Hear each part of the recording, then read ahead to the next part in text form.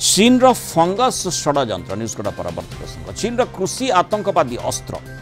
जैविक अस्त्र जरिया अमेरिकार खाद्य सुरक्षा को टार्गेट चीन भयंकर षड्यंत्र को एफबीआई धरी नहीं अमेरिकार दुई चीन नागरिकों को एफबीआई से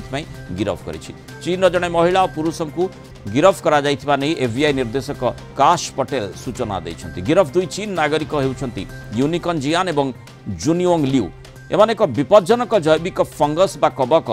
अमेरिका को चालाण करुथिले आ ई फंगस ना फुजारियम ग्रामिनियरम जहाँकि मका गहम जब धान इत्यादि शस्यरे हेड ब्लाइट सृष्टि करिथाय उभय मनीष एवं पशुंक ठारे फंगस गंभीर समस्या सृष्टि करे बोली रिपोर्ट रही अमेरिका कनाडा चीन यूरोप आदि देश में यह फंगस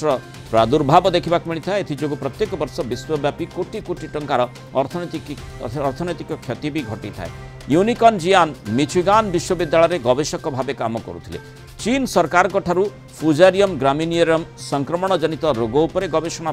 तांकू टंका भी मिलूला सेहीपरि जुनियोंग लिu मध्य चीन गोटे विश्वविद्यालय गवेषक भाव काम करुछंती ई फंगस को दुई चीन नागरिक अमेरिका को आनिथिले उभय जियान और लिu विरोध में षड्यंत्र फंगस चालाण मिथ्या बरणी वीसा जालियाती आदि नहीं मामला रुजु होईछि अमेरिका एफबीआई मुख्य काश पटेल कहते कृषि आतंकवादी एजेंट द्वारा अमेरिका को रोग सृष्टिकारी कबक बा फंगस चालाण केवल आईन उल्लंघन नुहे यह जातीय सुरक्षा मध्य एक विपद किंतु चीन नागरिक पुणी थे चीन कहीं से संपर्क में अधिक आलोचना करबा वरिष्ठ माइक्रोबायोलॉजिस्ट प्रोफेसर त्रिभुवन महापात्र जोड़ी प्रोफेसर महापात्र स्वागत करबा आलोचना को पुणी थे से चीन जो वुहान लैब कथा ये मन पड़ जाए जो जैविक अस्त्र प्रयोग करने क्षेत्र में चीन माहिर बारंबार से प्रकार आभिमुख्य रखुची एठी मध्य से भली गोटे चिंताजनक स्थिति उत्पन्न करुछि कि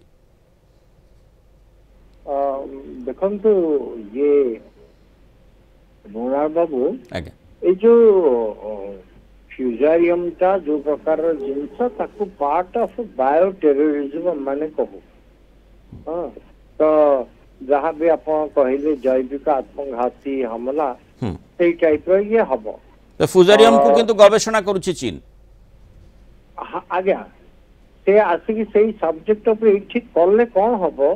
ना तांको सुविधा हो जिनसटा एथरे एनवायरमेंट रे छाड़ीबा तेणु आप देखो फ्यूजारियम टा कौन करदब ना सड़ी जाए फ्यूजारियम एफेक्ट हेले स्पेशली मक्का से देश में बहुत हुए मक्का और गहम आगुड़ाक कौन तार रूट स्टेम एवं फल ये तीन टाक सड़ी जाए तेणु यही जो द्वारा हम अर्थनिक क्षति तो बहुत हम एग्रीकल्चरल डैमेज हेले आर्थिक क्षति तो निश्चय होची किंतु मनुष्यों ऊपर पशुओं ऊपर प्रभाव कथा कहा जाउची हाँ मनीष तुम जानी यहीटा गोटे अपरच्युनिस्टिक फंगल इन्फेक्शन भीतर जाए फ्यूजारियम आ फ्यूजारियम भी आमर एमती वाइल्डली मिले जनरल फंगल गछ फच अनुसार जब कम करता लोक को जी जंगल देखिए पास करुच्ची फ्यूजारियम जो थाए ताले आखे बाजिले केराटाइटिस हुए केराटाइटिस माने आखिर इन्फेक्शन हो आउ गोटे कहते अनिकोमाइकोसिस जोटा आम कणनखा कहू कणनखा फंगस द्वारा यहाँ फ्यूजारियम करे हेल्दी लोक ठारे यही प्रकार लोकलाइज्ड इन्फेक्शन ये करे किंतु सिस्टमैटिक इन्फेक्शन भी हुए यही केस हुए जो माने कि इम्यूनो कम्प्रोमाइज्ड बहुत बहुत धन्यवाद प्रोफेसर त्रिभुवन महापात्र आलोचना आम सहित रही मतामत रखि।